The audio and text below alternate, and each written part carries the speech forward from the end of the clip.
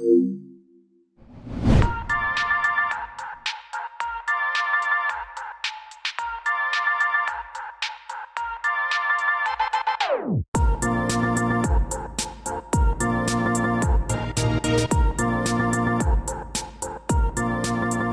guys, welcome to episode 21 of Operation PlayStation, powered by Audio Technica. I'm one of your hosts, Dash, along with my co-host, Mr. Paul James. What is going on, Patch? The Cats are in the grand final, man. It's happening. The Cats are in the grand final. That's what you're excited about. Oh, mate, this is far more important than a PS... Sorry, I know we're on a PlayStation show, but... Don't you even go there. I was born with a Geelong scarf around my neck. So was I, but... No.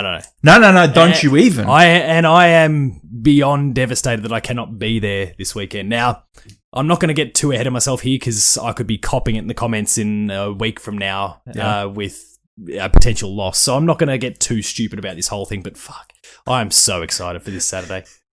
Look, Gary Ablett going to go out with a grand final. I hope so. I hope Better they win be a a premiership.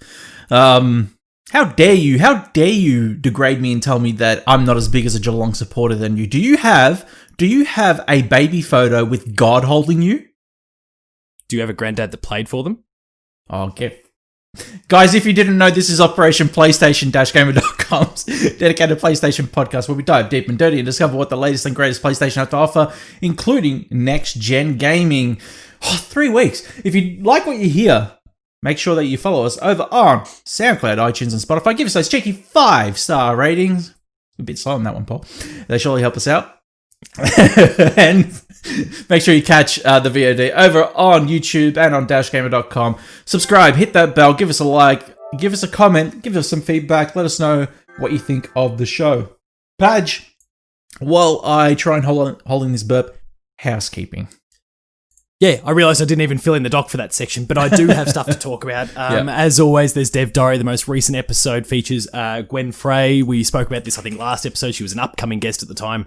The likes of Bioshock Infinite, Flame in the Flood, working on Psychonauts 2, which is probably the last Double Fine game that'll ever come to PlayStation. Mm-hmm. And Kine, which just came out today as of when we record. Yep. And the episode that goes live this week, Betson actually set up. It was basically just hey, we're about to launch a Kickstarter. Who's doing like kind of game developer centric podcasts? So all of a sudden, I had Amanda and Bill Gardner, which is firstly cool because this is like a married couple that are in game development. So it's a totally different dynamic to other working partnerships and those sorts of things to kind of have a family together and all those sort of things. But they've worked Bill's worked on the likes of Bioshock Infinite. They've then partnered up for Perception, and you might have seen a Kickstarter kind of going live this week and popping off a little bit called Romancylvania. Have you seen that? Yeah, I have, yes. A Metroidvania with like a love show. What do they call romance show? What are those? What's the name of that TV sort of show genre? I don't know, your fucking Bachelor style shit. Yeah, romance, comedy, romance show. Yeah. So it's actually got an incredible sense of humor from what some of the extra bits and pieces they showed me that they're still working on. And the trailer's looking pretty cool. The Kickstarter's live now, so go check that out. But also, the podcast goes live on Thursday. So 7 a.m. That's all over on player2.net.au, I believe. Sure is. That's correct. Yeah, so make sure you head on over to player2.net.au. Sorry, just pulling something up on my phone because I just got to keep track of it. Okay, but head over to player2.net.au and make sure you guys check out Dev Diary. For dashgamer.com, thanks to EA Australia, we got a FIFA 21 review out just last night, actually. By the time you're listening to this, would have been 2 nights ago. But make sure you go head on over and check that one out. Ghost of Tsushima, Legends, First Impressions. Thanks to the kind folk over at PlayStation who gave us access to Ghost of Tsushima back in July. But I went ahead and did a First Impressions on Legends. PS5 and Xbox Series X opinion piece that is up right now.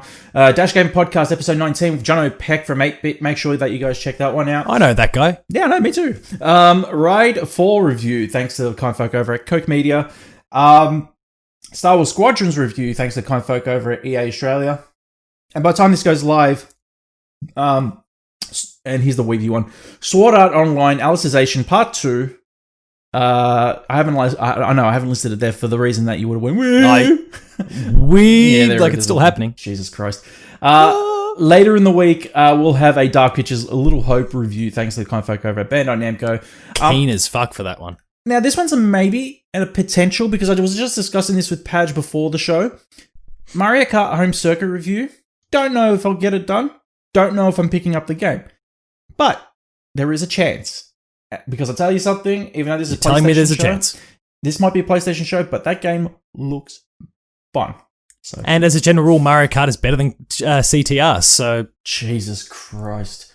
And I'm sure even this Toys to Life version will still be better than CTR, because CTR is shit. Hang your head in shame, Padge. Seriously. I cannot... Guys, that is it for the housekeeping, Padge. Is there anything else that you want to highlight, Padge? No, the usual podcasts are patched and then a whole bunch of Player 2 plays that I pop up, and obviously Dev Diary. It's still quiet times. I'm just easing my way back into things ahead of the big next-gen launch where all of a sudden I get very busy again. We got 3 weeks. Yeah. You'll be all right. 3 weeks. Far out. Not when my Year 12s are doing exams in the same bloody week. I was thinking about taking the day off for the PS5 and I can't. Fantastic. I love that. Padge, it is now time for the news. Padge, this week's news is powered by Audio-Technica. Looking to get into podcasting or streaming and need to upgrade your gear? Head on over to audiotechnica.com.au and pick up the awesome Content Creators Pack. Just like the one that Padge is wearing right now. The ultimate one-stop content creator pack, ideal for podcasting, home studio recording, field recording, and voiceover use. The pack includes an ATR 2500 USB mic, the side address condenser microphone with USB output, enabling easy access with front controls and a built-in 3.5mm monitor jack. Also, the ATH M20X monitoring headphones tuned for enhanced low-frequency performance and design for studio tracking and mixing. So be sure to head on over to audiotechnica.com.au today. So big thanks to Audio-Technica as well. They are sponsoring our show now, our silly, dumb PlayStation show, which is awesome. So big thanks to Audio-Technica for that. We love you guys, and look forward to more support throughout the year end to 2021. It's going to be awesome. Padge, first bit of news of the night comes by way of Lauren Rouse. Good start. Lauren Rouse. There we Let's go. with Rouse. Yeah. Like grouse, but no one ever says that because I say grouse. Over at Gizmodo, who says, here's our first look at the new PS5 UI. She says, with only a few weeks to go until the new PS5 hits shelves, Sony has unveiled the new look UI for the console. Visually, the main menu will be familiar to PS4 players, but the PS5 has a bigger emphasis on providing better UX options in-game. The PS5 UI and UX, the video gives us a glimpse of some of the features we already knew about, like state of play. Okay, yeah. Starting a game from rest mode on the PS5 will allow users to jump in where they left off in a game. That's right, no loading screens. Players will be able to access the control center while in game, which allows them to manage things like controller power, audio, and downloads. On top of seeing an individual screenshot library and related game news, the control center also offers some brand new features. The activities menu allows players to see their progress towards achievements in their current game. The example shown in the video for Sackboy, A Big Adventure, which shows players how far through a level they are and what estimated completion time is. Pretty handy if you only have a short window of time to play. Obviously, they go on more about the features in the UI. Yeah, the hints, the cards, the other bits and pieces that we've seen. Yeah. So, are you happy? Because we had, I think it was maybe the last episode, the episode before, where we were debating just how important it is that we saw all the UI stuff. You were on the side of, yes, we need to see this stuff. Like, that's really important to me, and I was very much the opposite. I couldn't have cared less. Are you happy with what you saw? No. The look, the functionality? No. Neither? Last night, something sprung on me that I didn't know. Obviously, I wasn't paying enough attention at the time, which was you could watch somebody else play their game while you're playing your game. So it's picture in picture, basically. Yeah. That's cool. The cards are dumb. I don't like that option at all. The thing is, PlayStation 4 had a very streamlined approach to the way that they handled the UI. It was simple. You press the home button, it takes you to home. You hold down the home button, it comes up with the mini menu. Now, with the mini menu, I think they're giving you a little too much. It's overbearing. It's just overwhelming, I should say.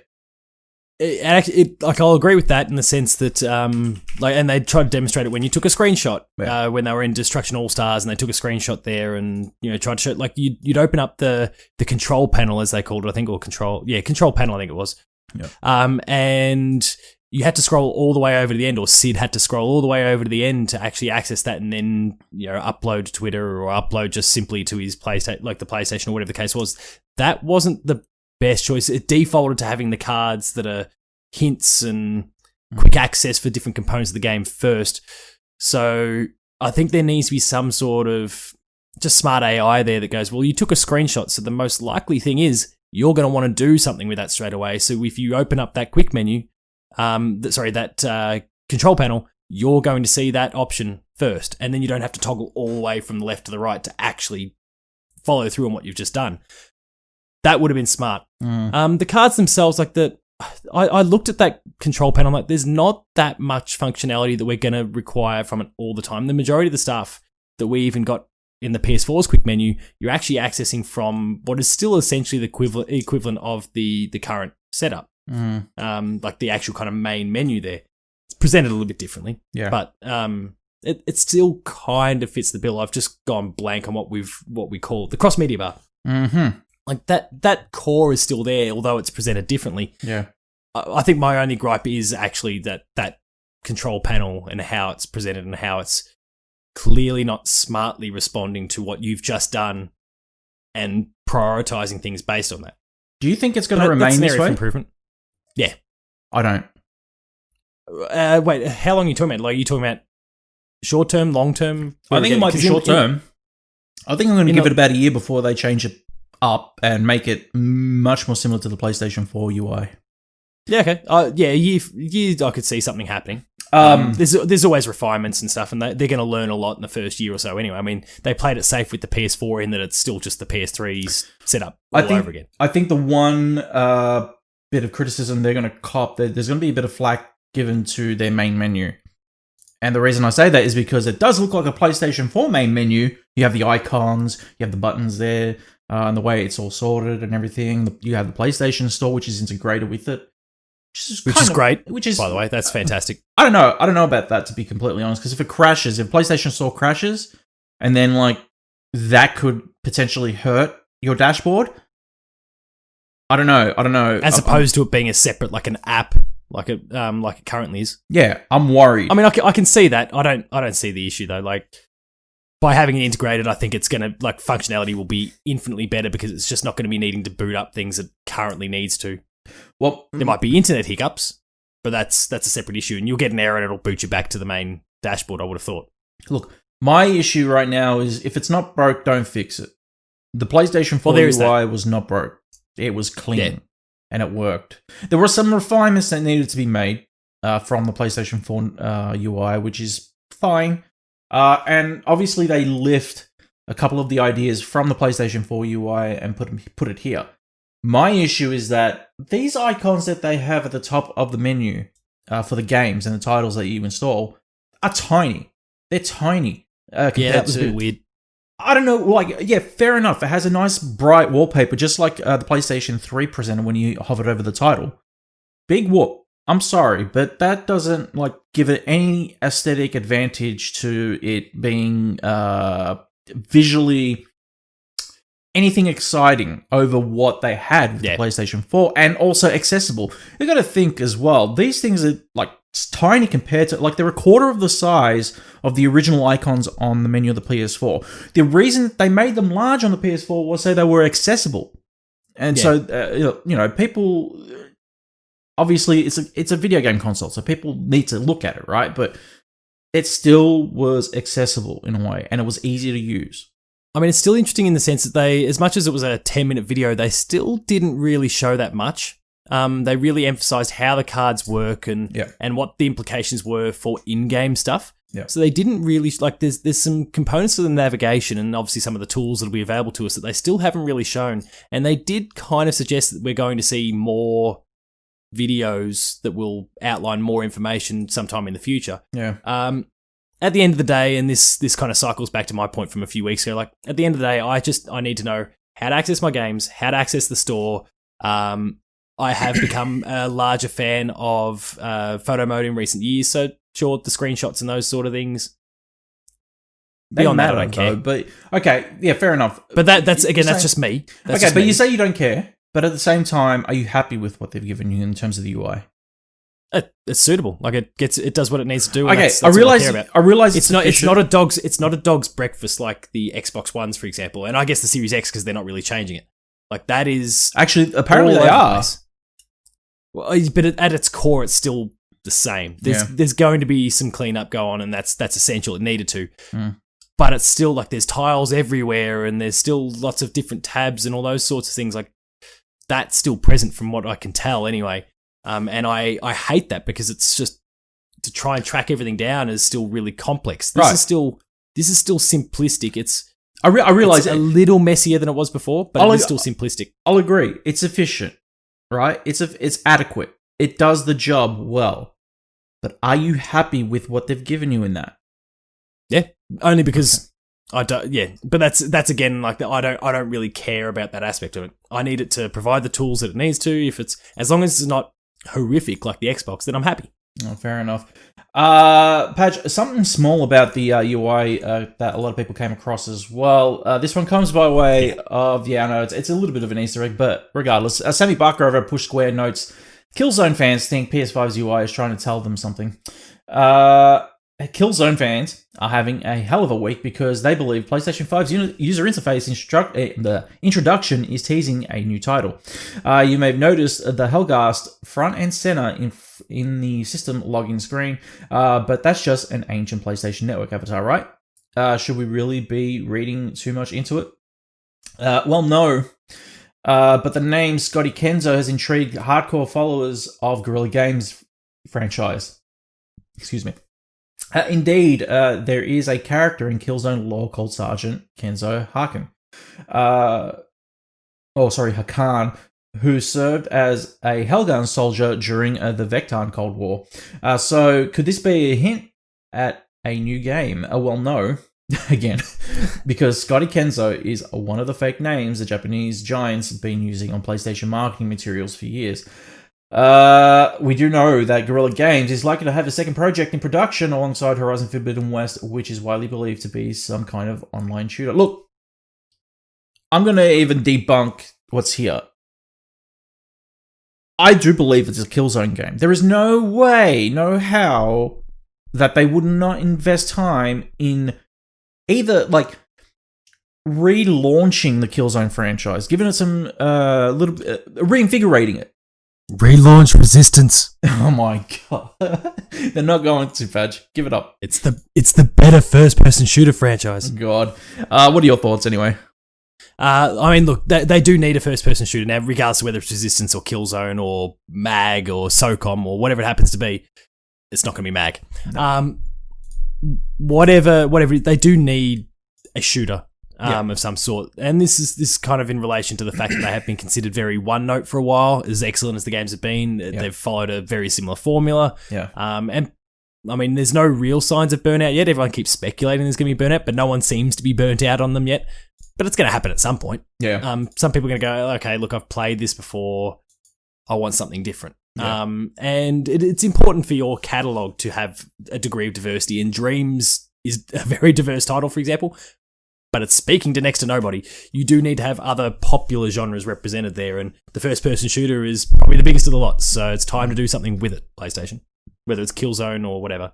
I think Killzone will happen. I think you're so right. Too. Yeah. Look, they launched PlayStation 4 with Killzone. I think it's time for them to come out with a new Killzone. So, continuing with Push Square, Sammy Barker says, fans notice new patches for PS4 first-party games ahead of PS5.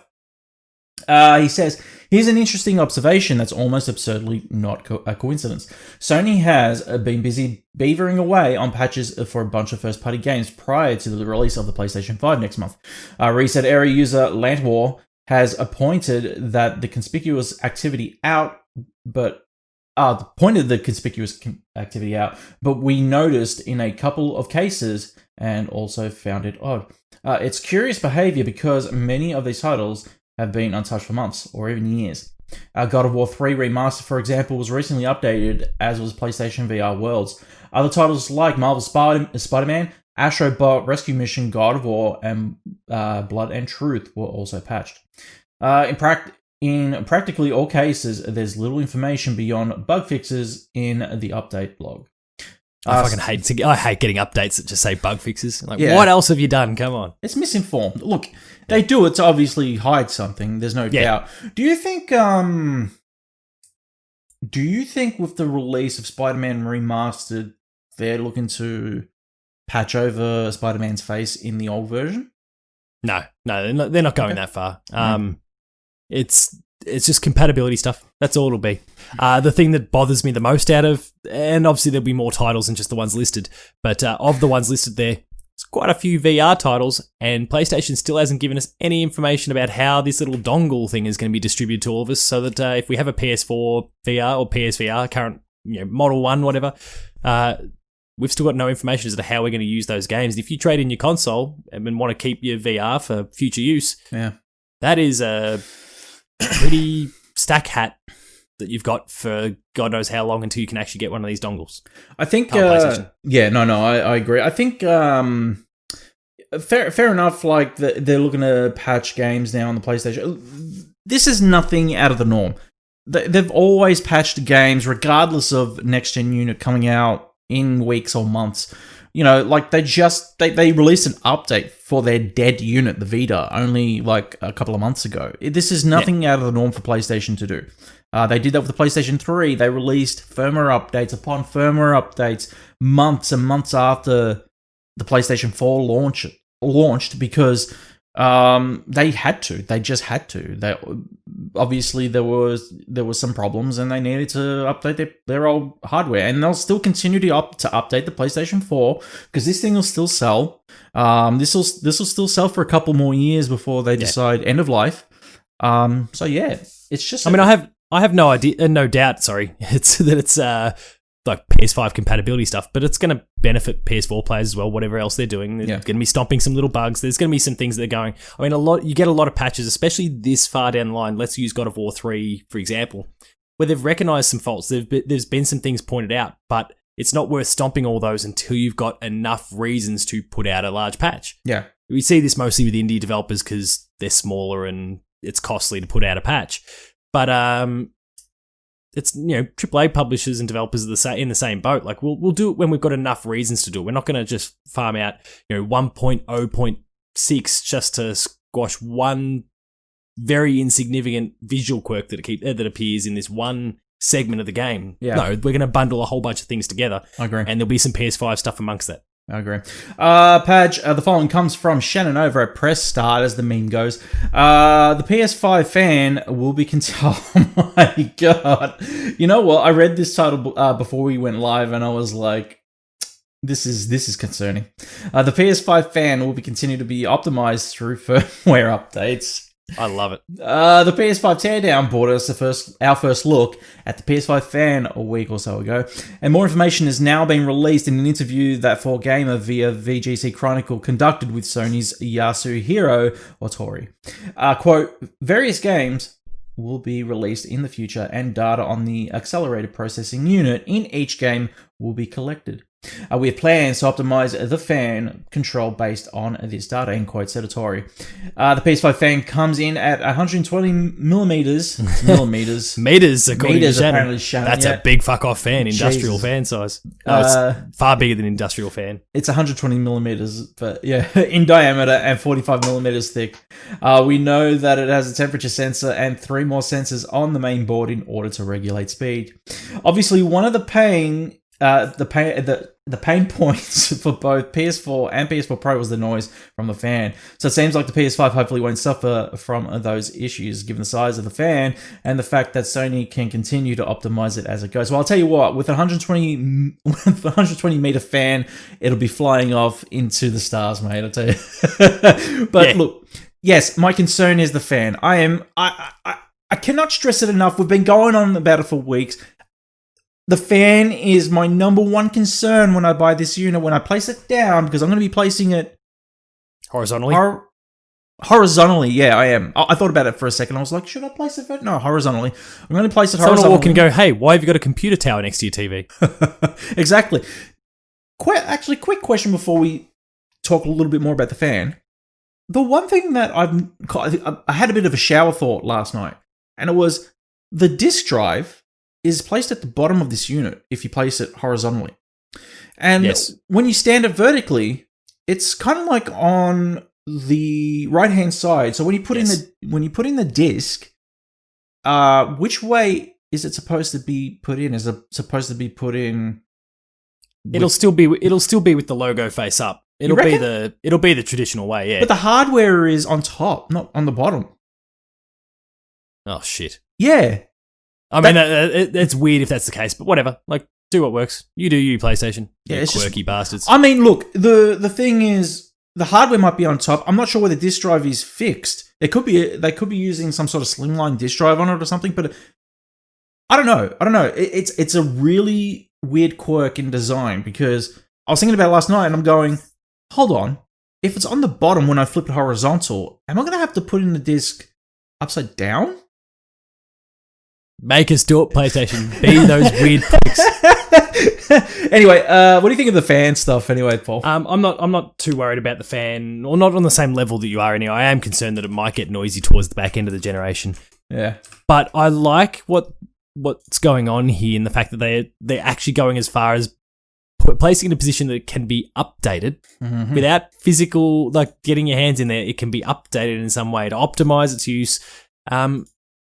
It shows they really took the feedback that they were given this generation to heart. And they clearly identified that fans were still the way to go for them. Whether they're right or wrong for doing that, is obviously still up for debate. But they really care about getting this thing right this time. Yeah. And it can't hurt. Like, I don't know how it's gonna work. They'll be monitoring. They'll be monitoring the games. Are they monitoring what the developers are doing? Are they sourcing that information from dev kits? Because as the games are being developed, they're getting to certain states. Maybe when a game goes gold, they're able to collect some data there, and it's actually going to be patched in some way that it speaks with The Last of Us Part 3 before The Last of Us Part 3 actually makes its way to consumers. Or are they going to need more data than that? Are they going to need to see what happens once the game hits the masses, and then they address it a month later or something? Well, Call of Duty is making PlayStations burn up, or not make a ridiculous amount of noise, but because of the way we've got it optimized at the moment, it's making it really hot. Well, this is where quality assurance will come into play. They'll obviously have like dev units and test units and everything on hand to actually push the hardware to see, whether or not all of a sudden explodes or whatever. It's almost like that Simpsons meme where Homer pours cereal into the bowl and it explodes. But it's good times. By the way, I've got the disk drive up, so it is putting it in with the logo side up. It actually embosses at the bottom, so it's fine. So don't worry, it's just this weird future sci-fi thing fitting with the theme of the console. You actually put the disc in, and then it just like goes and just gets flipped upside down and does 180s and all sorts of shit. It'll be great. Right. So obviously that's what will happen. Quality assurance will be up the arse. Like, they're going to be completely going full force. Even R&D will probably, like, even R&D on the unit itself would have to be like pushing it. I don't know how, because the titles, well, obviously Spider-Man will probably be the one that will be pushing it right now, at least. Yeah. And obviously with hardware... Demon's Souls as well, but obviously with hardware revisions as well, that will come into play. With hardware revisions that will eventually come out with like a revision to the slimline unit or whatever else. Obviously examples of that will come into play later down the line, because they're going to have to make those hardware adjustments over time. This is a base model unit, and we have to accept that. We have to accept the fact that potentially later down the line, this won't be our unit. Like, this is only a temporary unit, at least for you and I. Yeah. We know we're going to get the Pro or the Slim or whatever that it may be when it does come out, because it'll be optimized for titles like a Last of Us 3. Yeah. So God of War 2 or Ragnarok, whatever. Exactly. So, look, I'm okay with what they hand me now. I don't believe it's going to make a lot of noise with what I get at the start, at least, because obviously they don't want to sell a noisy box right out at the beginning. But later down the line, I don't have faith, and that's why I'll probably have to, do the thing that we do every gen now, and pretty much head into the revision. Padge, the following comes from Dom Pepe, all these new people. Dom Pepe over at VG. Why do you think I picked out all these stories from all these different writers? It's just to keep you on your toes, mate. Great. Over at VG247, who says, oh God, it's trophy news. PS5 trophies. Kind of. Okay. PS5 trophies will unlock avatar pictures, profile banners, and more. It's still trophy news. Trophy hunters look sharp. A new feature is set to make PS5 trophies even more valuable than they were on PS4. Over on the PlayStation 4, if you're diligent enough to unlock platinum trophies, you can unlock bonus themes and avatar pictures for your efforts. There you go, buddy. Something for you. Typically, Sony sends an email to the account linked to your PSN, and you can redeem rewards there. The PlayStation 5 appears to make trophy-based rewards much simpler to claim and more common too. During the Ps5 Ui video that was shared by the company last week, eagle-eyed gamers have spotted certain trophies in Destruction All-Stars come tied to rewards thanks to MP first.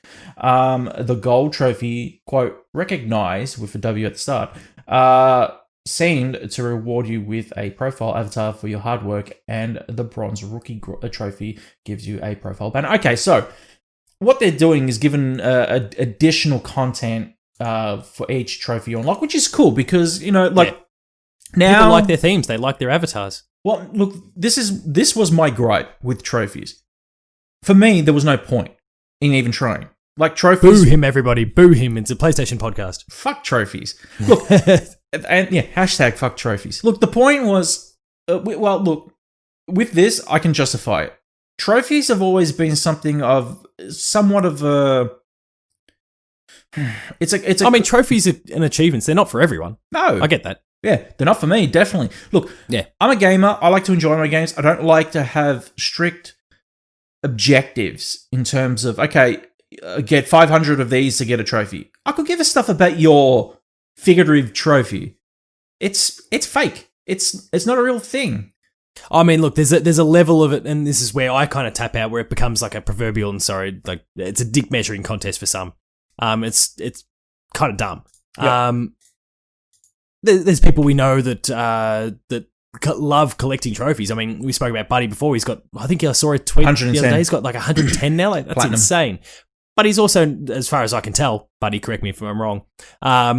He's not running out there and screaming to the masses, "Oh, look, I've got 110 trophies. Look at how big my cock is," and all that, sort of stupid stuff. It's something like he goes and platinums a game because he loves it. He's proud. He enjoys that game. Yeah, be completionist. And that's fine. And the perk of this is that he's getting extra reward for it. Yeah, because he's getting cool trophies. Sorry, he's getting the trophies. He's getting cool themes, cool avatars. Yeah, some of them will be shit. Yeah, but there's going to be some gold in there as well, and maybe it becomes a new theme or a new profile. We can get rid of that rubber ducky in the shark. What is it? Super rubber? No, what's the game called? I can't remember. Super rubber duck. It's not coming to the PlayStation 5, so rest in peace.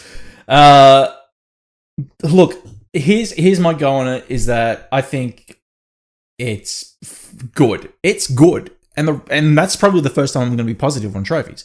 It's because there was no reward to getting a trophy. Now there is. Like, there is something. They're giving you something, and it's free. Yeah. So I'm perfectly fine with that. That's actually pretty cool. So following with themes, Padge, this one comes by way of Taylor Lyles over at The Verge, who says Sony releases a free Black Lives Matter PS4 theme.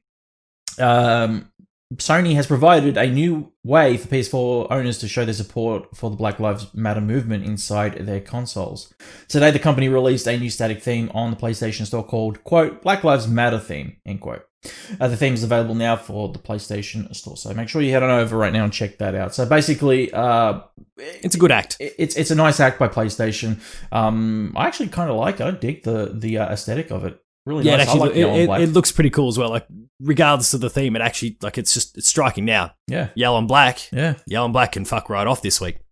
But, no, Richmond. Oh, football. Right, yeah. Black Lives Matter, fantastic. No, it's a very worthwhile cause. Don't confuse anything there. It's the Richmond Football Club. Richmond Football Club, yeah.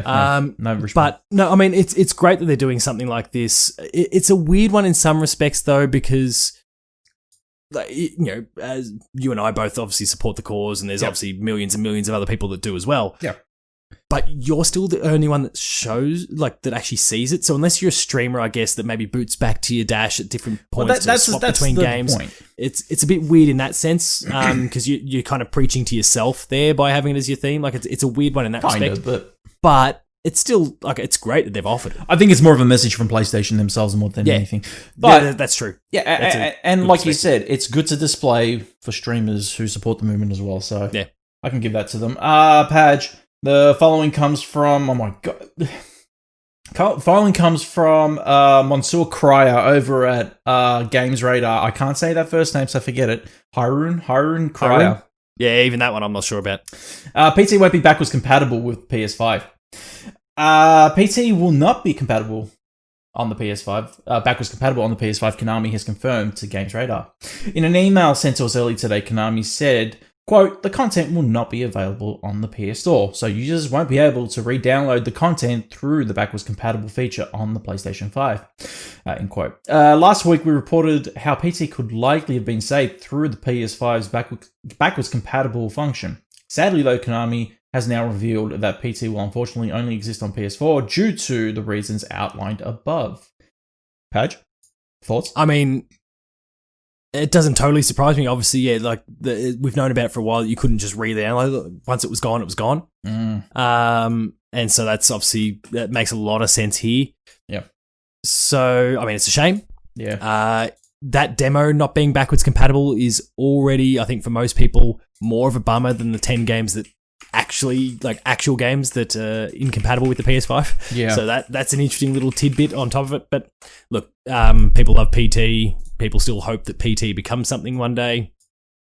Just keep enjoying PT, guys, and keep your PS4s if you really desperately want to play it. So do you think, we've talked about Silent Hills on the show before. Do you think that I can't believe we still haven't had the reveal yet. Yeah, that's what I mean. Do you think that we're still getting it? Do you think that we're still getting it in the Kojima form? Oh, no. You don't think that Kojima's working on it? No, I don't think he'd be working on it. If, all the reports about PlayStation getting on board and all this, he might be a consultant. What about Norman Reedus? No. You don't think it's going to be this? No, I don't think it'll be they'll kind of go from scratch. They'll pull a few ideas. There might be some little cameos. Maybe Norman Reedus pops up in the background going, "Hey!" But that's about the extent of it. They want to. Otherwise, there's still Konami's name all over it. And if these reports are true, it's PlayStation are kind of. Well, they haven't bought the IP like we kind of just want them to do, but they've bought the license there, and I think they'll want to distance themselves from what that controversial concept was. Yeah. It does get muddy if all of a sudden Kojima's involved and Reedus is involved. All of a sudden, you're kicking the hornet's nest again. I think if anything, you're cross-contaminating because they've already established Death Stranding now, and it's kind of like, you kind of. That is going to be confusing for people too. Yeah, exactly. The following comes from Sammy Barker over at Push Square, who says, "Have a gander at the new PS Store for web browsers." Now, before we get into this, Betson and myself today decided to kind of jump on and have a look at it. It is broken. It is broken. Oh, yeah, it's broken.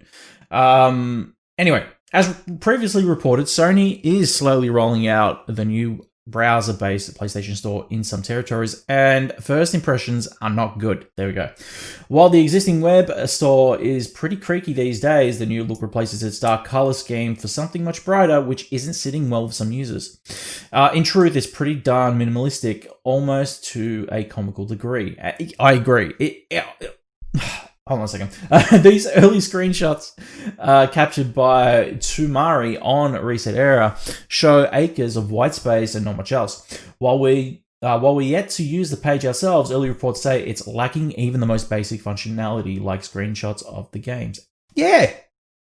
That's odd. Yeah, that's really odd. Patch, it was mystifying seeing this thing today. I sat there and I looked at essentially a stripped down, watered down version of the PlayStation Store. The PlayStation Store was not broken. What are they doing? They're doing a PlayStation, the drop to it. It's They're taking it away just like they did the drop. The PlayStation Store was great. I could jump onto the PlayStation Store from a computer. Yeah, it worked pretty well. Yeah. As a reviewer as well, as journos, we jump onto the PlayStation Store, we input our codes to redeem, select download the queue, done. Right? And even I would do that from the mobile app, but I do see your point, yeah. Yeah. Even, I usually do it from here. But regardless, even so, it's going to be changing on the mobile app too. And it's going to be looking like this. That is Have they updated the mobile app yet? I don't know. I haven't checked. Let me check now while we're going. But yeah, it's broken, Padge. It does not work as well. It's not streamlined. It's not smooth. It's not seamless whatsoever. It looks ugly. It reminds me so much of... Business as usual on the app for now. Yeah, okay. It reminds me a little bit of the Nintendo eShop. Yep. And probably... Actually, you know what? No, worse. It reminds me of... No, I wouldn't quite go that far. But it's not far off. Worse, Padge, worse. It reminds me a little bit of a mix between the eShop and the Xbox store. With the the dashboard at the top, and how they do where the title is and pre-order and all that kind of. That's Xbox, man. Yeah, right. And don't copy what their store's doing because it is shit house. No, as previously discussed. Yeah, no, Padge, this is a big no. At least for me. Personally think that this is one of their biggest mistakes, their biggest flubs so far. Other than the UI, it's not a big flub, but it's still not, doesn't satisfy me, and I've heard criticism for the UI still, but this is just a mistake. They need to revert it. Like, don't break what's not, don't fix what's not broken. Don't stop. Or attempt to fix in this case. It's just, I realize that there's a new console coming out, but guess what? Integration is key. Also, it's so white, as mentioned in the article, where's a dark mode? There is none. Yeah, no, that's what I mean. Like, where's the dark mode? They want to go along with that, but they want to go along with that white and black aesthetic. That's what's happening. Oh yeah, well, give us a black version then. There you go, done. I can't wait till they release black shells for this thing, man. The only thing is that weird. Did you see? I gave you a screenshot of the dev unit controller. Yeah, it looked weird. The all black control looked really weird. Yeah, but it probably won't be the exact style they'd go with in a retail version, so... Probably not, no. Like what you're hearing today? Be sure to follow all Dash Gamer podcasts on SoundCloud, Apple Podcasts, and Spotify by simply typing dashgamer.com into the search bar of your favourite podcast provider. And don't forget to check out our gaming, anime, and pop culture related news on dashgamer.com. Now back to the show. The next one is a big one, Padge. This concerns Bethesda and Xbox. This one comes by way of Alessandro Barbosa over at GameSpot, who says, future Bethesda games don't need to be on PS5, says Xbox's Phil Spencer. He's responding to a question about Elder Scrolls 6. Spencer says Microsoft won't be forced to release it on PS5. Last month, Microsoft announced the acquisition of ZeniMax Media and its subsidiaries, including Doom, the Elder Scrolls, and Fallout publisher Bethesda. While Microsoft... they can keep Fallout, but the rest of it's sad. Yeah. While Microsoft hasn't detailed its release plans for Bethesda games in the future, Xbox's Phil Spencer says that the price of the deal isn't forcing any decisions. The acquisition cost Microsoft $7.5 billion and is expected to close soon. By the way, that's US dollar. So double that's Australian, so about 14. But Microsoft has said that the existing exclusivity deals for games like Deathloop and Ghostwire Tokyo on the PlayStation 5 will not be changed.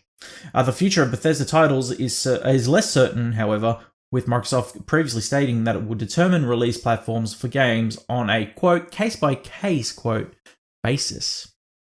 Spencer, speaking to Kotaku, didn't elaborate on that stance, but did mention that Microsoft has no obligation to release games on platforms it doesn't control for the financial aspect of the deal to make sense. Quote, we have xCloud and PC and Game Pass and our console base. I don't have to go ship those games on any other platform other than the platforms that we support in order to kind of make the deal work for us. Whatever that means, end quote, replied Spencer when asked about whether Microsoft will need to sell the Elder Scrolls 6 on PS5 to recoup costs. Immediate thoughts, Patch? I mean, they don't need to do it. If they released everything on on every platform that they possibly could, they'll probably recoup the 7.5 billion in 3 to 5 years. Mm-hmm. Because Starfield will make them a lot of money, Elder Scrolls 6 will make them a lot of money, Fallout will make them a lot of money, and then there's Doom and all those sorts of things as well. Like, it's not going to take long to recoup that much money. Without PlayStation, maybe it becomes 10 years. But Microsoft is so easily able to, offset that cost in like Windows sales for the next month. Like, done, already offset. Like, it doesn't hurt them in any way, and it's going to pay off in the long run because again, that gets people coming to Game Pass because they want to play those games and they need to access it. Maybe they don't buy an Xbox, but they get it through Games Pass. There's the subscription. People will what happens a lot with a lot of subscriptions is that people forget that they've got it. I think it's a mistake. I think Phil Spencer is a business guy. He's a very smart businessman. Or else he wouldn't be in the position that he's in. Yes, Xbox would be the first point of sale in terms of trying to sell that software on. Obviously, they spent $7.5 billion on these studios to develop these games in some form of exclusivity to the Xbox. My guess is they're going to look at sales in after coming months and go, we could probably double that if we sold it on PlayStation 5. Yeah. Everything will be like we'll get a lot of timed exclusives here. I don't think I don't. He's not stupid. He knows how to word his sentences carefully. He knows how to say, okay, not now, maybe later, not now. Now is Xbox. Maybe and later. Even case by case basis is a very specific thing because it doesn't commit one way or the other. Like we could. It's a case by case basis. Every case we could say no to, or every case we could say yes to. Exactly. Or anywhere in the middle. Like there's so much nothing to what he's saying. Yeah, because you can't tell me that they're not already planning to release Doom Eternal on the Switch. You know what I mean? Well, I mean that was announced a long time ago. I think that's fallen apart though because they were just the Switch just couldn't cop it. Okay, fair enough. Well, that was actually announced way before the. Oh, it was too. Now I remember. Yeah. Back when it was first revealed, it was confirmed to come to the Switch. It's just not. It never happened. Yeah, and may never happen. Yeah. Yeah. So I don't know, man. It's in a very much a grey area right now, and I believe Xbox would be shooting themselves in the foot by not expanding that because they've even said, I can understand their apprehension in wanting to do it because PlayStation have been very firm on their stance against cross-play and all that kind of stuff. With Xbox. They're a bit stubborn about it. So Xbox is in this kind of stance here. Xbox is being stubborn as well. They're turning around and saying, "Okay, you want to be stubborn on that? We'll be stubborn on this. We'll start buying up studios, and you can't have any of our exclusives. How about that?" So, in my opinion piece I wrote this week, I very much said that it's not really about a console war anymore. It's about a brand war and and what Sony or Microsoft who they could potentially acquire to for their exclusive intellectual properties. Yep. And that's what's gonna generate quote unquote console wars this upcoming generation. It's brand wars. That's what's gonna happen now. Yeah, and I mean it's only a matter of time before things really continue to escalate again. There'll be a little bit calm before the storm, but we do know that there was reports that Xbox were keen to buy up WB, and they were obviously in deep with the deal with Bethesda as well. So there was a possibility that they could have acquired far more than what they just did. Yeah. And it's only a matter of time before they pounce again. And I'm going to talk a little bit more about studios on the PlayStation side when we have the operation a little bit later on. Yeah. So I'll reserve some of my thoughts for that. But no problem. Look, it makes sense to put it on PlayStation. Whether it's delayed or not, that remains to be seen. Case by case could mean, look, the big ones, your Elder Scrolls and those sort of things, when we want to make as much money as we can, we want to get as many people on board, we make them exclusive to Xbox for 6 months, a year, whatever it is. Dishonored 3, well, we want to get more people attracted to this franchise. It needs a bit of extra love. We'll give it to PlayStation at launch. There's so many different ways you could slice this one up that would make sense in different respects. But at the end of the day, Microsoft has the money to do whatever they want. So they can be stubborn if they want. They can be kind and generous if they want. And it's pretty hard for us to predict. At the end of the day, money talks, obviously. Yeah. 7.5 billion to acquire ZeniMax is a lot of money. Do you think that... Not to Microsoft, though. That's the thing. Yeah, obviously. Do you think Microsoft are getting them... I'll pose this first question. Do you think Microsoft are getting their money's worth out of this? Not at 7.5 billion. No. Oh, it's hard to gauge when it comes to raw dollars, yes, because as soon as Elder Scrolls 6 comes out, it's going to make them billions. But it's... Hold on. Over how long? How long? But it doesn't matter. Money's money. But well, you say billions, right? It could be like, what, 2? Oh, yeah. Oh, yeah, sorry. And then yeah, they got other titles like Fallout who gives a shit. We're not talking $50 billion, and that sort of exactly, stuff. Like, yeah, it could be 2 or 3. Will they recoup those costs, though? Oh, easily. Okay. 2 to 3 for Elder Scrolls 6. 1 to 2 for Fallout, maybe even 2 to 3 for Fallout, because obviously Fallout's become so huge these days. How much are they making now on these titles, though? On these franchises? I don't know. What I'm kind of using as the metric and the baseline for a lot of this is Call of Duty and GTA, and how we hear about, Call of Duty made $1 billion in day one. Like, okay, well, how many copies did you sell in day one? And that becomes my point of reference for a lot of these sorts of conversations. So we often hear about Call of Duty selling 10 million copies in its first day, and they've made $1 billion. I'm like, okay, so about 10 million copies is in that shorter space of time is about $1 billion. Okay, so right. And then I can go from there and I can extrapolate a little bit. Elder Scrolls Skyrim has sold 20 million copies worldwide since its release. So if we kind of do the math on that, 20 million... Well, based on that, that's $2 billion. If my rough thing from what I've seen in the past is, somewhat on the money, that's $2 billion. Yeah. So, and again, you do the same with Fallout. You add, smaller hits comparatively, Doom and those sort of things. You're going to make the money back very quickly. Mm. And even now we're seeing these collections that are coming seemingly exclusively to the Series X. That's going to nab a few people, and that's... it's not billions of dollars, but maybe there's 20, 30 million that comes in. Like, they're going to just chip away at it, and it's going to erode very, very quickly. Yeah. If they do it on PlayStation, it'll be even faster. Yeah, I agree. Patch, the next one comes by Sammy Barker over at Push Square, who says, another indie dev suggests Sony's denying PS Store sale requests. You'd think Sony would be all too happy to discount PlayStation Store games at a developer's request, but we've been hearing for a few weeks now that the Japanese giant is being, less than helpful in that department. The latest to speak out is Lucas Pope of Return of the Obra Dinn fame, which is currently half price on practically all platforms, except, you guessed it, the PlayStation 4. Asked whether Sony's system would get the discount, here's what Pope replied. Sony denied my request to discount the game on PS4.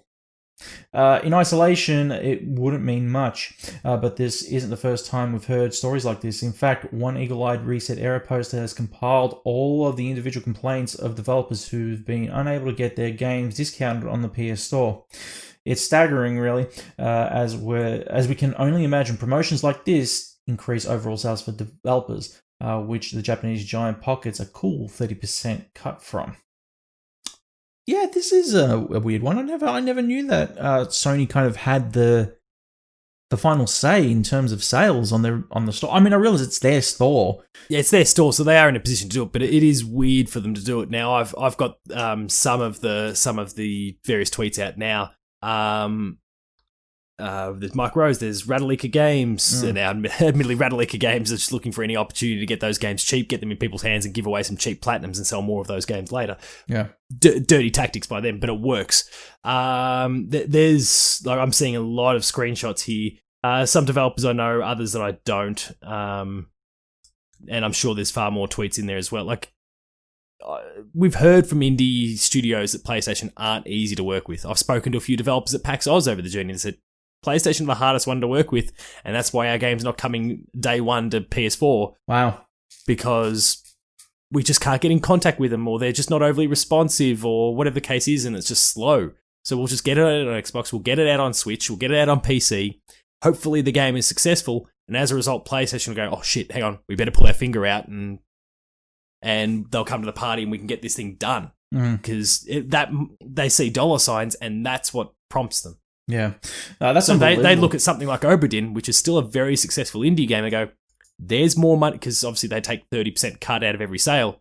There's still more money we can make on this title right now. We don't want you to discount that because the 30% cut for us is then instantly much smaller. I had no idea that PlayStation were that difficult to work with. But then again, like, I got to think that they're a Japanese they're a Japanese manufacturing and development company. They'd be hard in their ways, kind of like what Nintendo are in a way. But Nintendo aren't. Like, if you want to discount a game on the Switch, you can do it like that. Yeah, so what the hell? Like, what the hell? Admittedly, that's Nintendo just can't sort their online shit out like that. What? Monitoring things online? Oh, fuck, we don't know. But, look, you say that, but at the heart of it, Nintendo are traditionalists as well. Like, that, especially like during the Wii U generation, they were set in their ways and they would not change for nothing. Yeah. I think the thing with Nintendo is they don't care, though, about other people and their sales and their successes. If you want to discount your game, you discount your game. We're not going to discount ours because we know that we can sell them for $100 a pop for the next 10 years and you'll still pay that money. Like, that's Nintendo. Pretty much, yeah. This one comes by Liam Croft over at Push Squares. Says, NBA 2K21 is the next game to include unskippable adverts after launch. God. If it's not EA, it's publisher 2K causing controversy by applying unskippable adverts to load screens after launch. PlayStation 4 title NBA 2K21 now sports in-game ads before you hit the chord as the game loads in the player's crowd and arena. As reported by Survivor, you'll see how the Oculus Quest 2 advertised PS4 users before they hopped to dunk a two-pointer. We've got to give Steve the credit. He was actually the one that broke this story. I could give a shit. A quick clip. I know. No, I know. Don't worry, I'm in the same boat. But he did break the story. But the news itself, though, and the thing that actually bothers me the most about it is the fact that just this weekend and the episode that went live today, as of when we record this, have patched. Myself and Matto were talking about how microtransactions, VC, so virtual currency in the NBA 2K games, as well as WWE and all those sort of things, how badly it is just killing that franchise.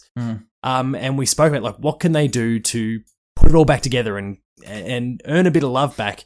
And we did not at any point consider that they would make things worse by, like, they are just looking to squeeze every dime out of each release as possible, because they're now forcing us to watch ads, which obviously in this case Facebook are paying top dollar for. There'll be other advertisers as well, of course. On top of the microtransactions, they're not cutting them back in any way. On top of the upfront retail cost, on top of the fact that if you want to bring it over to next gen and you didn't buy the deluxe version, you're going to have to buy the game again or spend another $10 US.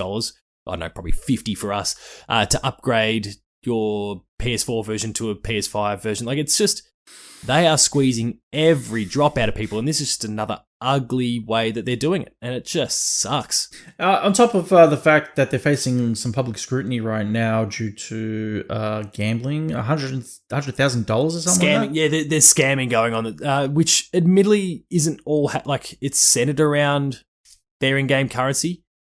But these are people that are just taking advantage of kids, or not all just kids. I've read about a few 21-year-olds and those who should really have a bit more self-control, but they don't. That are being hit up, and there's screenshots from Instagram conversations and Snapchat and those sort of things that 2K is not in a position to monitor in any way, shape, or form. But would they? It doesn't seem that way, because it's still just getting more people involved in NBA 2K or WWE, but specifically NBA.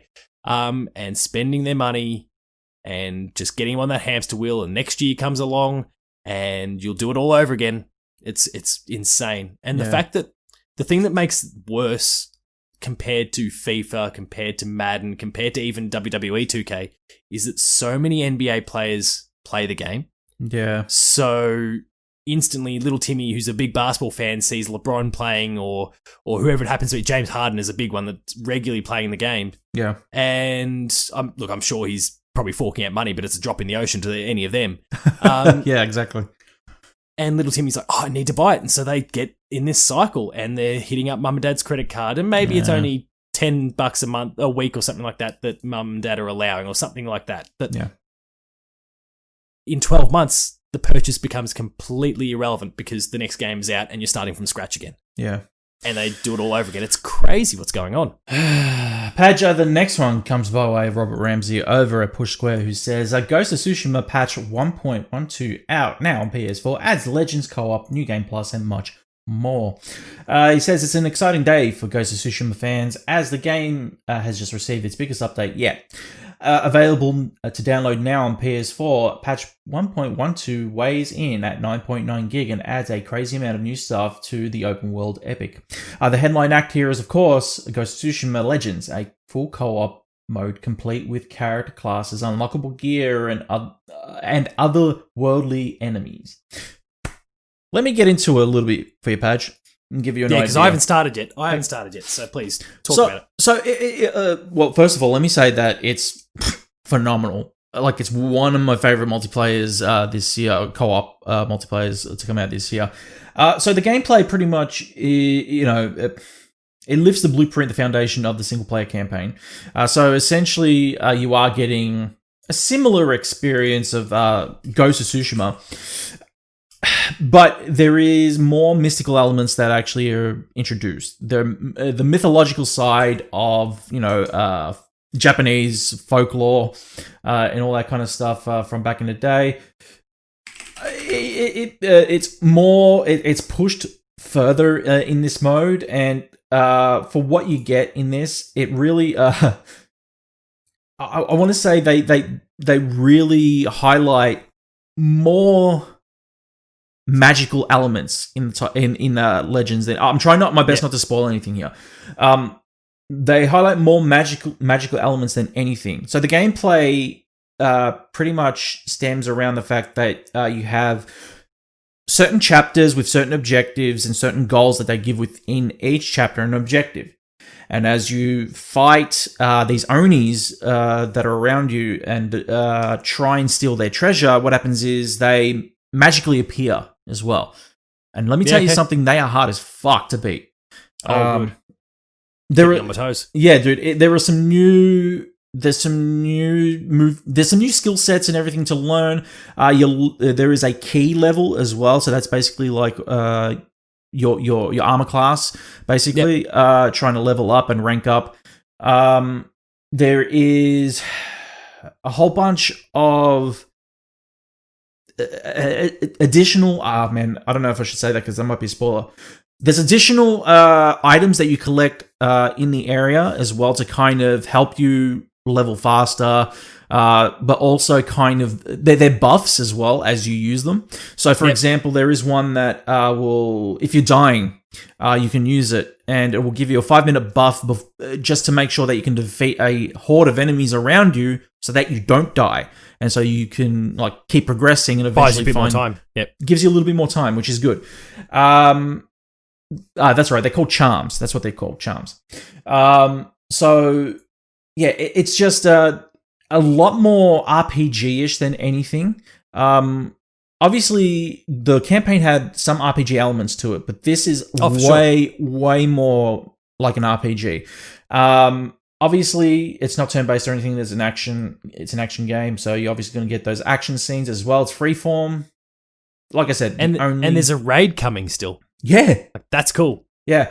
The aesthetic of it obviously is like a blood red. There's a reason for that. I'm not going to go into it because there'll be spoilers for that. But the basis of the story is that it's the rebirth of the Mongol invasion, essentially. Yeah. And dude, the way they pull this off, man, I can't wait to go play more of this. Seriously. It is so good, Padge. And I'm surprised that you haven't actually jumped into it yet. It's just been availability over the last few days. A few podcasts, baby. Dev Diaries, Baby, and Geelong Prelim Final. Yeah, so look, if you have Ghost of Tsushima right now, it is a must play. So make sure you jump onto your PlayStation, hit that update button, and play Legends, because it's available right now on PlayStation 4.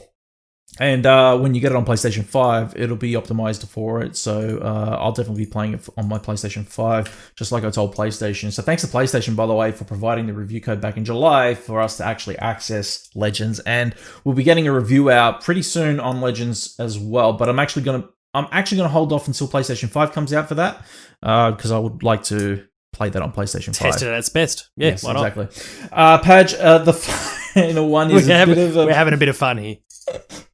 So this one was chucked into the dock by Padge because he just wants to have a bit of fun with this one. And it just basically works off our God of War prediction.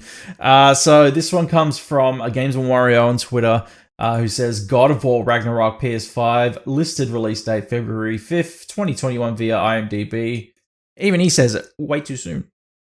Yeah, sit the fuck down. This ain't happening. No. I do enjoy the fact that, and I don't know if you've got it up on the screen now, Corey Barlog has responded. Ragnar what? Never heard of it. Yeah. And then there's just a back and forth between Corey Barlog and Alana Pierce after that. But, which is funny. I enjoy that. Yeah. And then some clown jumps into the end saying, no, I found the article, the news first. Pissing contest. Look, it's not coming out February 2021. Just calm down. The Corey Barlog thing continues to intrigue me. I assume you've noticed the difference in his profile. Yes. Yeah. Yeah. All the space themed stuff, the sci-fi themed stuff, which fits in line with the fact that there was a cancelled, but maybe it's been revived, sci-fi game that Sony Santa Monica was working on before God of War was kick-started again. Yeah. They might be developing 2 projects. This might kind of help fuel the whole, this is kind of a 1.5 thing, like a Miles Morales, like a Lost Legacy, that sort of thing. Do you think it's good that they're doing that, though? I mean, this studio's been doing God of War now since 2005. So you're saying that Ragnarok would be like a 1.5?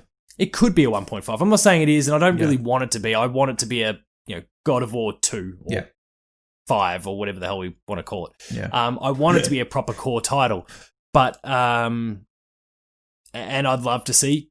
I mean, this studio is huge. Yeah, like they had a lot of resources there that were dedicated to X-Dev stuff that they don't utilize anymore. No. Those staff are on board. They hired up big. They bought a new space. They're probably big enough to have 2 AAA games going out there in the Uncharted 3 Last of Us sort of model.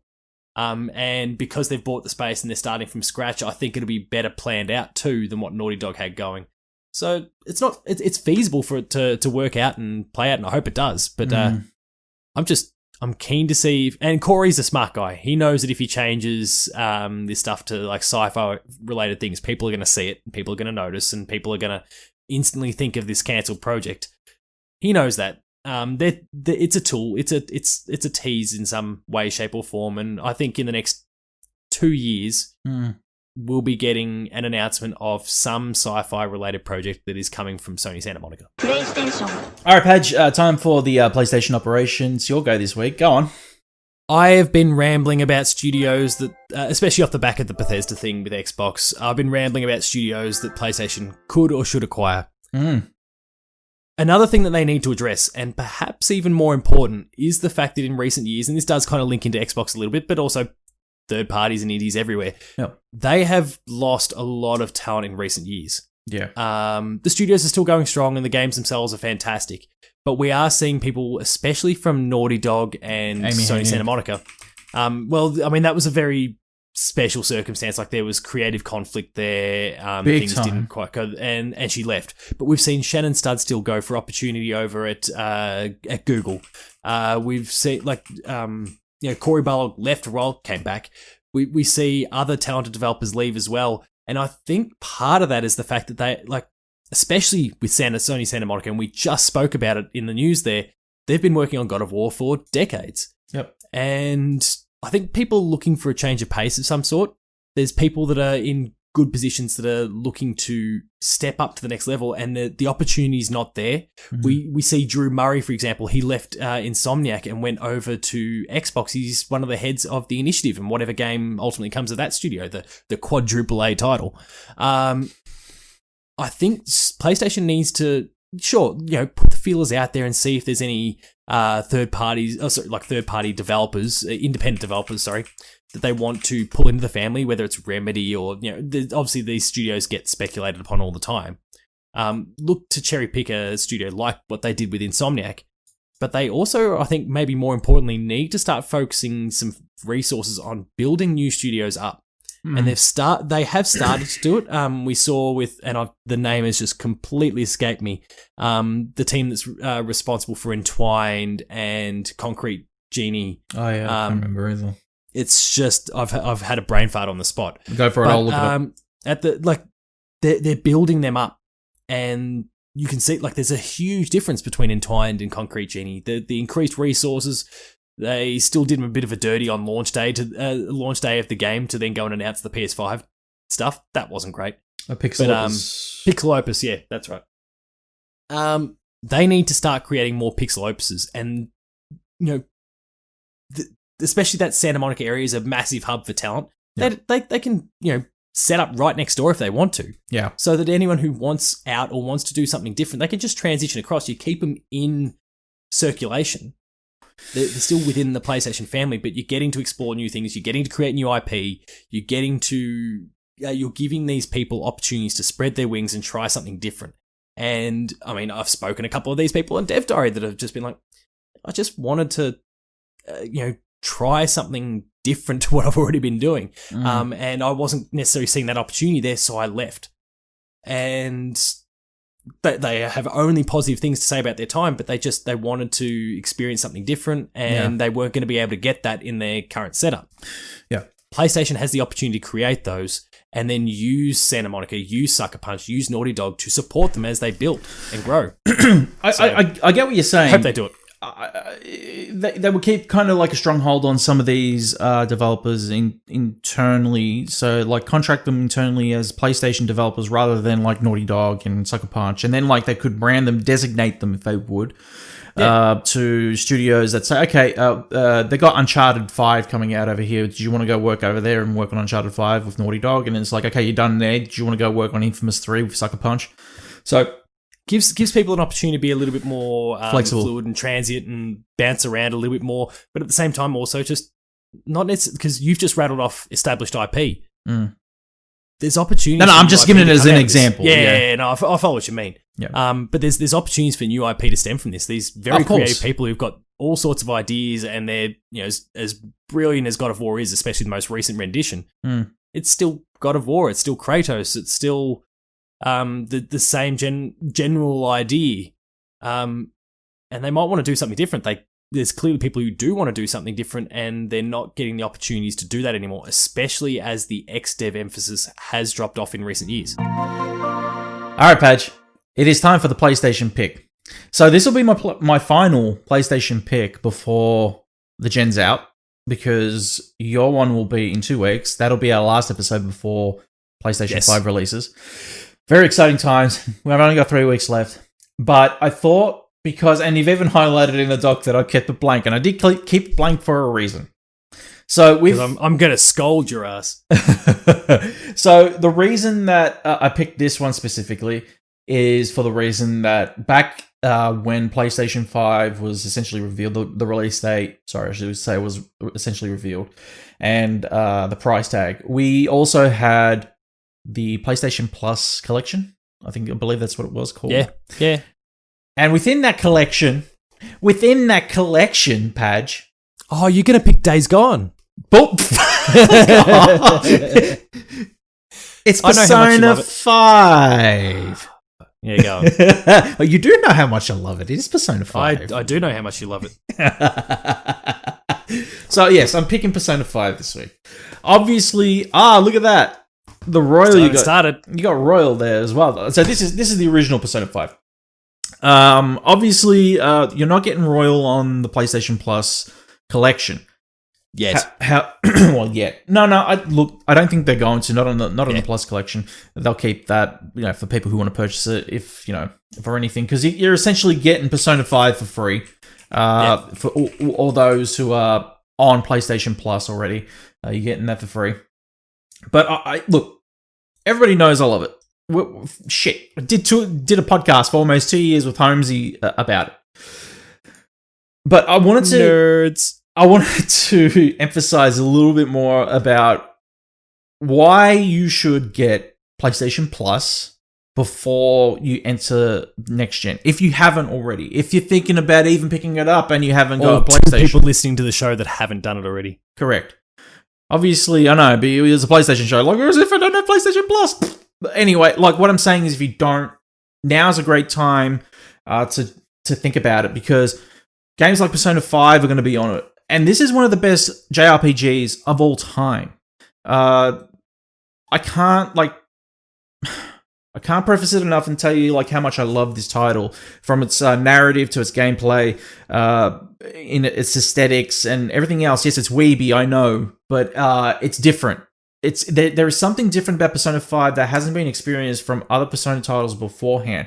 And I know, Padge, you've obviously played Persona 4, and Persona 4 Golden, haven't you? You haven't even played. You have not played. What the fuck is happening here? No, it just hasn't worked out. Anyway, well, PlayStation 5 will be a perfect... Well, actually, what am I talking about? You got Royal, we can even start it. But anyway. I've got it. I do have the Royal. I have Golden on the Vita. Like, I just haven't gotten to it. By the way, for those who are listening, Gold... Actually, no, it's finished. Damn. I was going to say it was 20% off on Steam. But Persona 5 is one of the titles that are going to be available. Obviously, Days Gone is another one that's going to be highlighted as well on PlayStation Plus Collection. But the reason I bring up Persona 5 is because I believe that out of the handful that you were getting on there, it is one of the best. You also had The Last of Us and everything else, yes. But I believe that a lot of people have already played The Last of Us, and a lot of people have already played Days. These are like... A lot of these titles that have been mentioned are mainline commercialized titles that Sony pushed really hard. Yeah. Where Persona 5, I believe, went under the radar. Well, because Horizon had only just recently come out, as of correct. When Persona 5 actually came out. Not to mention there was the whole Breath of the Wild business going on elsewhere. Exactly. Well, so. This came out at the exact same time as those titles. I remember when I finished Breath of the Wild at the time. And I went, okay, time to get into Horizon. I couldn't get into it at the start. I was like, man, I can't get into Horizon. What am I going to do? I bought this. Don't shake your head. Wait for it. Show respect to Horizon. It was your very first PlayStation pick. It was, yes. But let me finish. Yeah, sorry, go on. I played this. This I played for 2 weeks straight. Now, it's a very long game. Let me preface that by saying, yes, it's a very long game. It's a JRPG. You're going to have to put in some hours to beat it. But once you do, there is this sense of fulfillment once you've completed it that will make you astonished, essentially. You'll be astonished at its narrative and its fundamentals, basically. Then I went into Horizon after it, and I think I appreciated Horizon more after that once I had finished this. There was a reason. I don't know what it was, but I believe it's because I was jumping from... Persona would be a palate cleanser. It was, because you were jumping from one open world to another, and it was like, oh man, more of the same. But Persona 5 really was that palate cleanser, but in the way that I believe is... You can't get any better in terms of JRPG than this. And the fact that they're giving it away on PlayStation Plus Collection, on PlayStation 5 when it launches. When PlayStation 5 launches and you have it in your hands, you have Persona 5 for free. I mean...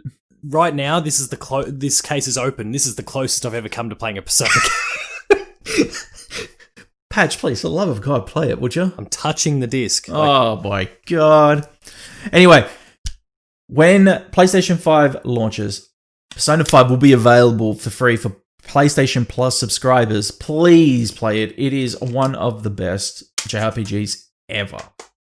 That is my PlayStation Plus this week, and that's the reason Solid why. choice. Thank you. Solid choice. Thank you. All right, Padge, it is time for the penultimate drop. Obviously, there is no drop from the blog, is there? No, never. What is going on over there? Let's assume they just plan to launch it, reboot it with the PS5. That's what I'm guessing. Their shitty new store. Go on, Padge, what's the drop? So we've got a few titles that are even beginning as early as today, as of when we record this, they're coming out. So we've got Amnesia Rebirth, which is on PS4, October 20, so out now. Yep. The Doom DLC is also out now. The Ancient Gods Part 1 is out now, so go get that if you, well, whether you bought the Deluxe Edition or not, it's available. Deluxe Edition people just get it for free. Transformers Battlegrounds, PS4, October 23rd. Kato, which was one of the indies that, remember there was the 5 indie titles that were shown off. Shu and Greg Rice had made a big deal of them. Remember there was 5 that were being premiered on the PlayStation blog. Yep. Cardo was one of them, and it actually looks fantastic, so I'm keen to get my hands on that. Oh, yeah. PS4, October 27, alongside a game that I've been pretty keen on since it actually popped up in demo form through one of the Steam demo events earlier this year, Ghost Runner. PS4, October 27. Yep. If you're looking for another JRPG that is not Persona, you've got Legend of Heroes Trails of Cold Steel 4, PS4, October 27.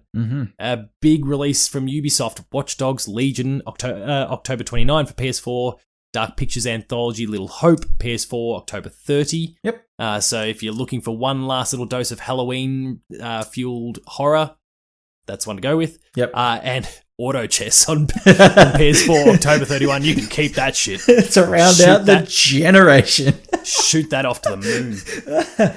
I believe this will be the last time we kind of have a PlayStation 4-centric drop. Because next time it'll be multi-plat. We'll be talking about Cyberpunk on the PS4, but we'll be talking about Spider-Man on the PS5. PS5, yeah. It'll be the first time we'll be saying Spider-Man Miles Morales on PS5. Man. We are so close, Padge. I can't wait till Saturday's over, win, lose, or draw, so that I can just shift my focus towards this beautiful box. Guys. I've just been distracted. Like, I was super in, and then we made the grand final. I've gone, holy shit, I need to just set everything else aside for 1 week. All right, this is about to become a bit of a sports podcast. You do realize that we're not within like a real AFL premiership year. Like, this is a fake year. Mate, if a Victorian team wins this thing, given everything that's gone on, the fact that they've been out of their homes for the last 4 months. I'm scared if they win, Padge. I can't fucking wait. You better hope that this doesn't result in another lockdown. That's what I'm hoping. Nah, we'll be right. Dan the man is opening things up the day of. He's that excited for it that he's gonna send the horses out. He's gonna send the horses out. He'll let us all out. It's gonna be great. Guys, if you didn't know, this has been Operation PlayStation-Gamer.com's dedicated AFL podcast where we dive deep and dirty and discover what the latest and greatest PlayStation have to offer, including next-gen gaming. If you like what you've heard today, make sure you follow Mr. Paul James on Twitter, at Paul James Games. You can follow myself on Twitter, at DashGamer. Don't forget to follow the show over on SoundCloud, iTunes, and Spotify. Give us those cheeky 5-star ratings. They surely help us out. And also catch the VOD over on DashGamer.com and on YouTube. Subscribe, hit that bell, give us a like, leave a comment, give us some feedback. Surely helps us out. Thanks once again to Audio Technica for sponsoring the show. We really, really appreciate it. We'll be back in 2 weeks. Actually, we might be back next week. Something may come up on your feed in the ops feed, so keep an eye out. But until then, this operation is complete. Up the cats.